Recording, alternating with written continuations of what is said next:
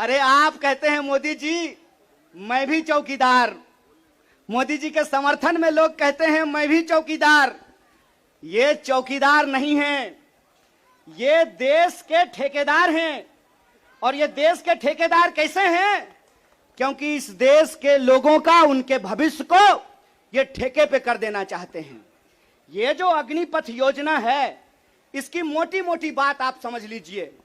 मैं बड़े ध्यान से सारा प्रेस कॉन्फ्रेंस सुन रहा हूं। प्रेस कॉन्फ्रेंस में सरकार जिलेबी की तरह गोल गोल कर रही है, हर चीज को सब कुछ बोल रही है, सब फायदा गिना रही है। हो सकता है कि कोई भाजपा का मंत्री यह भी आकर के कह दे कि अग्निपथ योजना में शामिल होने के बाद आपका बाल नहीं गिरेगा। जिस तरीके से उसके फायदे गिनाए जा रहे हैं, लेकिन असली बात नहीं बताया जा रहा है। एक सिंपल सवाल है, सरकार को इस बात का जवाब देश के नौजवानों को देना चाहिए। क्या सिंपल सवाल है कि जो भर्तियां हो रही थी वो भर्ती होगी कि नहीं होगी? सवाल नंबर एक। सिंपल बात है, पहले आर्मी में हर साल 75,000 कम से कम लोग बहाल होते थे।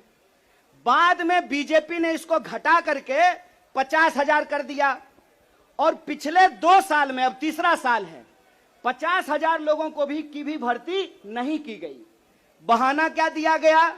बहाना दिया गया कि कोरोना था इसीलिए भर्ती नहीं किए। हाय मोदी जी, कोरोना था तो चुनाव लड़ लिए, बंगाल में जाकर के दीदी ओ दीदी कर लिए, सब जगह चुनाव हो गया, उत्तर प्रदेश का चुनाव हो गया, बुलडोजर बाबा आ गए, लेकिन आर्मी की भर्ती नहीं हुई। यह बेईमानी है कि नहीं है? रोजगार देने में कोरोना है और चुनाव लड़ने में कोरोना नहीं है। और अगर आप बैकलॉग को देखेंगे, 50,000 को अगर मान लें, तब भी 1.5 लाख बहाली होनी चाहिए थी। 1.5 लाख ये बहाली नहीं कर रहे हैं। 1.5 लाख बहाली ये करेंगे कि नहीं करेंगे, इसको ये नहीं बता रहे हैं। ऊपर से ये एक नया योजना लेकर के आ गए हैं। तो एक ना छोटा सा कहानी हमको याद आ रहा है। बच्चा बहुत जोर जोर से रो रहा था, कहा मम्मी दूध पिला दो, दूध पिला दो। मम्मी उसको उठा करके अलमीरा पे बिठा दी। बच्चा मम्मी को यह नहीं कहता है कि मम्मी दूध पिला दो, बच्चा चिल्ला चिल्ला करके कह रहा है कि मम्मी अलमीरा से नीचे उतार दो, नीचे उतार दो। लोग मांग रहे थे हर साल 2 करोड़ नौकरी, इन्होंने हर साल 2 करोड़ नौकरी नहीं दी, ऊपर से एक नया योजना लेकर के आ गए हैं। पूरा का पूरा भाजपा के तंत्र को उसमें लगा दिए हैं कि आप बताइए कि अग्निपथ के क्या फायदे हैं। अरे सिंपल सी बात है, बिहार में एक कहावत है, नहाया हुआ शरीर और खाया हुआ शरीर नहीं छुपता है। जो चीज अच्छी होती है उसका फायदा बताने का जरूरत नहीं होता है। जो चीज में कोई खराबी होती है उसका खराबी छुपा करके, आपके घर पे कोई सामान बेचने के लिए आता होगा तो उस सामान का सब कुछ अच्छा अच्छा ही बताता होगा। आप ट्रेन में जब जाते होंगे, बस में जाते होंगे, तो जब जूसर बेचने वाला आता है तो एक संतरा से आपको 1 गिलास जूस निकाल करके दिखाता है, और वही जूसर जब आप घर पे लेकर के जाइएगा तो आधा गिलास जूस भी आपको आपके घर में नहीं निकलेगा। ये जो बेचने की मानसिकता होती है, इस बेचने की मानसिकता के खिलाफ हैं। ये सत्याग्रह 2 लोगों के बीच में है। जावेद अख्तर ने लिखा है, इस एक हमारी एक और उनकी मुल्क में है आवाजें दो आवाज है। एक वो आवाज है जो इस देश को बेचना चाहता है, वो देश के सरकार में बैठे हुए हैं। एक वो आवाज है जो देश को बचाना चाहता है, वो सड़कों पे खड़ा है, वो जंतर मंतर पे बैठा हुआ है, वो सत्याग्रह कर रहा है।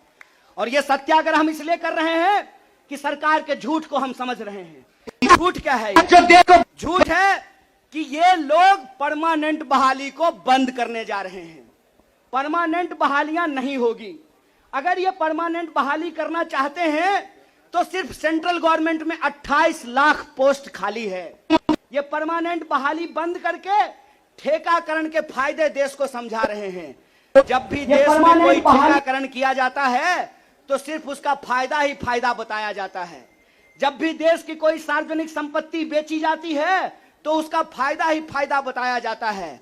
लेकिन इस बात को याद रखिएगा कि देश में अगर सारी सार्वजनिक संपत्तियों को बेच दिया गया तो देश का क्या होगा। एक बार आप इस बात पे विचार कीजिएगा कि अगर एयर इंडिया नहीं रहेगा, अगर नहीं होगा एयर इंडिया, तो क्या करेंगे ज्योतिरादित्य सिंधिया। समझना है कि नहीं समझना है। आप हमको बताइए कि सरकारी रेलवे नहीं होना चाहिए, सरकारी बीएसएनएल नहीं होना चाहिए, इनके हिसाब से सेना में नियमित नौकरी नहीं होनी चाहिए। जब सब कुछ सरकारी नहीं होना चाहिए तो सरकारी प्रधानमंत्री लेकर के ढोल बजाएंगे। फिर सरकारी प्रधानमंत्री भी क्यों होना चाहिए, सरकारी संसद भी क्यों होना चाहिए। देश का मतलब होता है देश की राष्ट्रीय संपत्ति, देश का मतलब होता है देश की राष्ट्रीय सेना, देश का मतलब होता है देश के लोगों का सम्मान।